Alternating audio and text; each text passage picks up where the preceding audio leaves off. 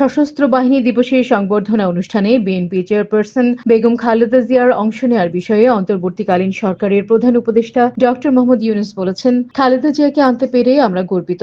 বৃহস্পতিবার বিকেলে ঢাকা সেনানিবাসের সেনাকুঞ্জে সশস্ত্র বাহিনী দিবস 2024 উপলক্ষে আয়োজিত সংবর্ধনা অনুষ্ঠানে দেয়া বক্তব্যে তিনি কথা বলেন। ডক্টর ইউনূস বলেন, শহীদ রাষ্ট্রপতি জিয়াউর রহমানের স্ত্রী ও 3 বারের প্রধানমন্ত্রী বেগম খালেদা জিয়া এখানে এসেছেন।